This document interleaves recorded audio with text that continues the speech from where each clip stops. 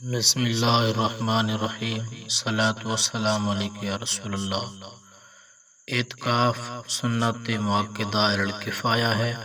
جس گاؤں میں مسجد یا محلے میں مسجد یا اس شہر میں ہے، اس محلے اور شہر والوں پر اعتکاف کرنا سنت مؤکدہ الکفایہ ہے۔ اگر کوئی ایک بندہ اعتکاف میں بیٹھا تو ساروں سے اس کا حساب نہیں لیا جائے گا، نہیں تو قیامت کے دن ساروں پر آقا کریم علیہ السلام کی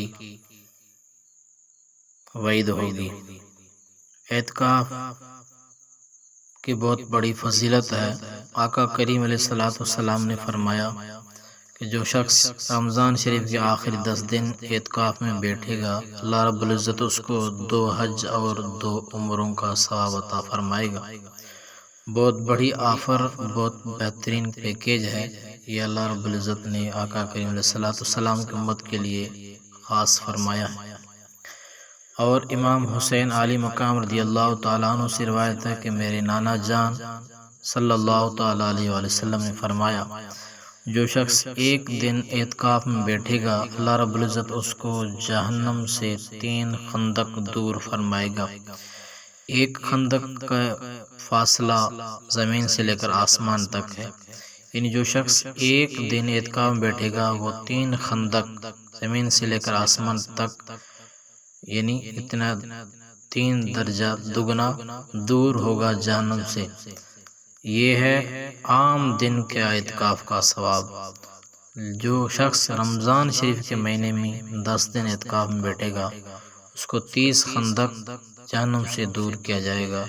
اس سے بھی زیادہ ثواب آقا کریم علیہ السلام کے توفیل اللہ رب العزت عطا فرماتا ہے۔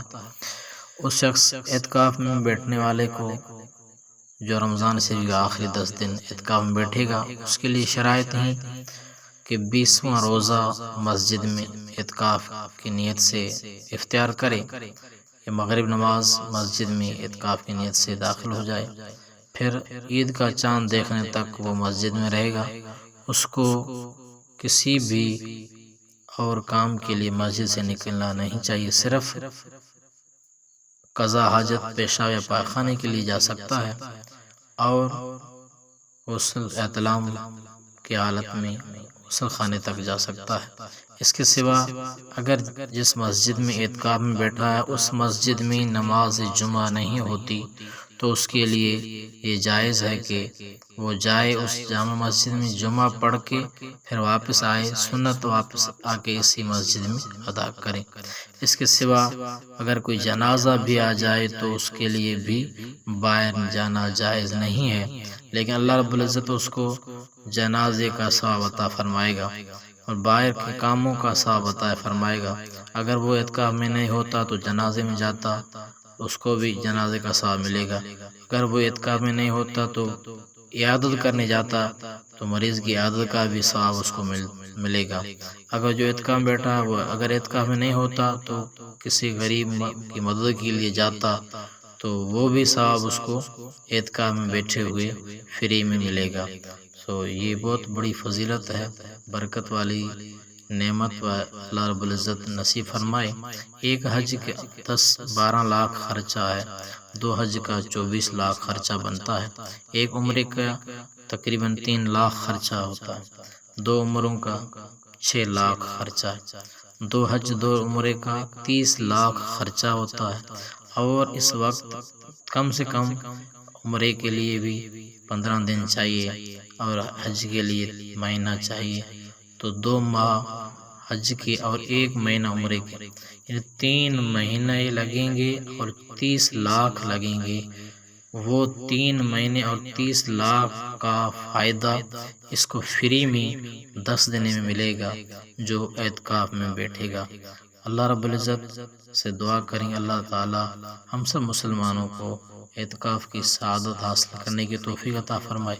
دوستو، کوشش کریں ہر سال نہیں تو زندگی میں 1 سال 1 بار ضرور اعتکاف کی سعادت حاصل کرنے کی کوشش کریں۔ اللہ رب العزت اس اعتکاف والے کی جائز مراد پوری فرماتا ہے، وہ معتکف اللہ رب العزت کی مسجد میں اعتکاف میں یعنی احتجاج کرتا ہے، اس کو 5 گانا نماز تکبیر اولیٰ سے پڑھنے کی سعادت ملے گی، قرآن پاک کی تلاوت، درود پاک۔ اس کے سوائے جو نفلی عبادت ہے، نماز تہجد، نماز اشراق، چاشت، اوابین، اور اس کے سوائے نماز تسبیح کی بھی سعادت حاصل ہوگی، کیونکہ اس کو دنیاوی کاموں سے رخصت ہوتی ہے۔